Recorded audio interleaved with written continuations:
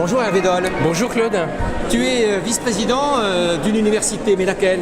Alors c'est l'université Paris-Sud qui va devenir bientôt l'université Paris-Saclay, donc une très grande université avec de nombreux chercheurs, étudiants, et on s'implique dans la médiation scientifique et la diffusion des sciences.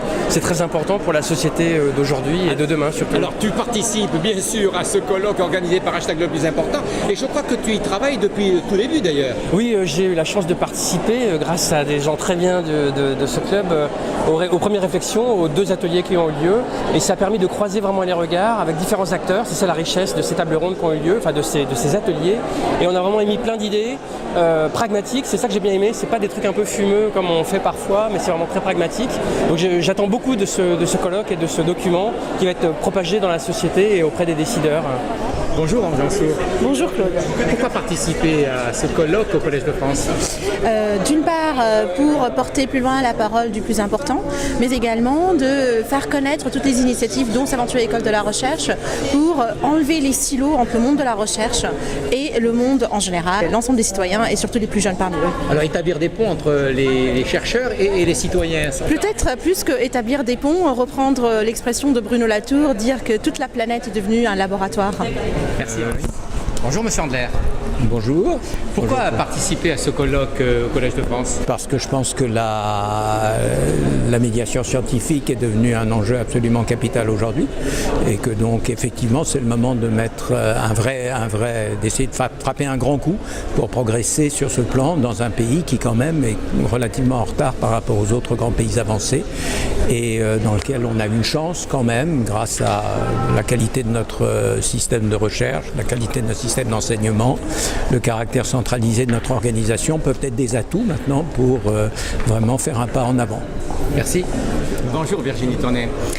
Bonjour Claude. Tu fais partie du comité d'organisation de ce colloque. Pourquoi as-tu accepté de faire partie de ce comité d'organisation?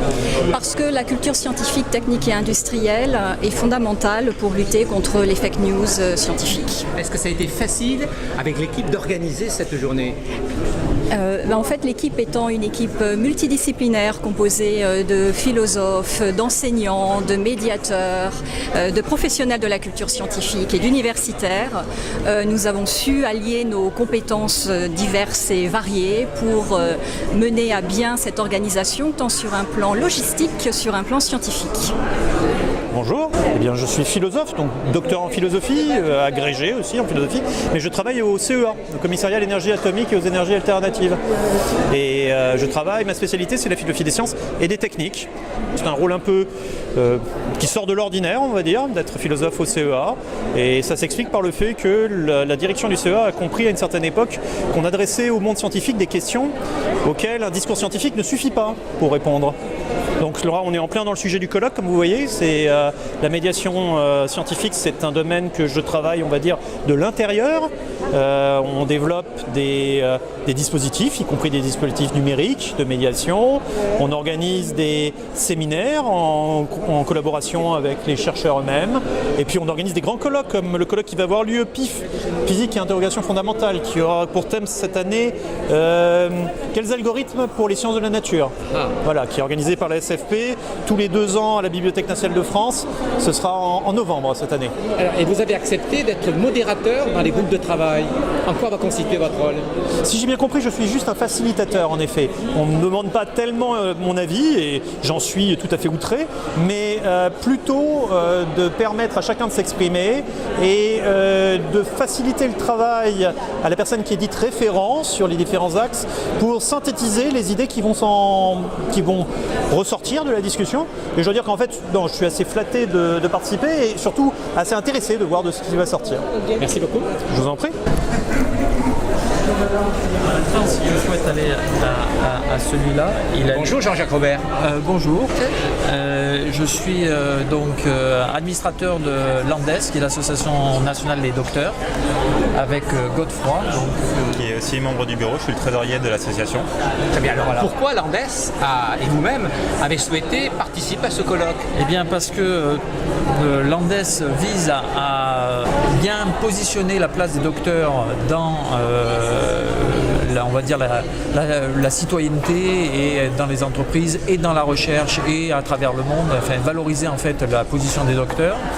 Et donc il paraissait tout à fait naturel que l'Andes vienne se présenter à ce type de colloque afin évidemment de valoriser le positionnement des docteurs et des chercheurs pour une diffusion, c'est-à-dire générale des connaissances et des compétences des docteurs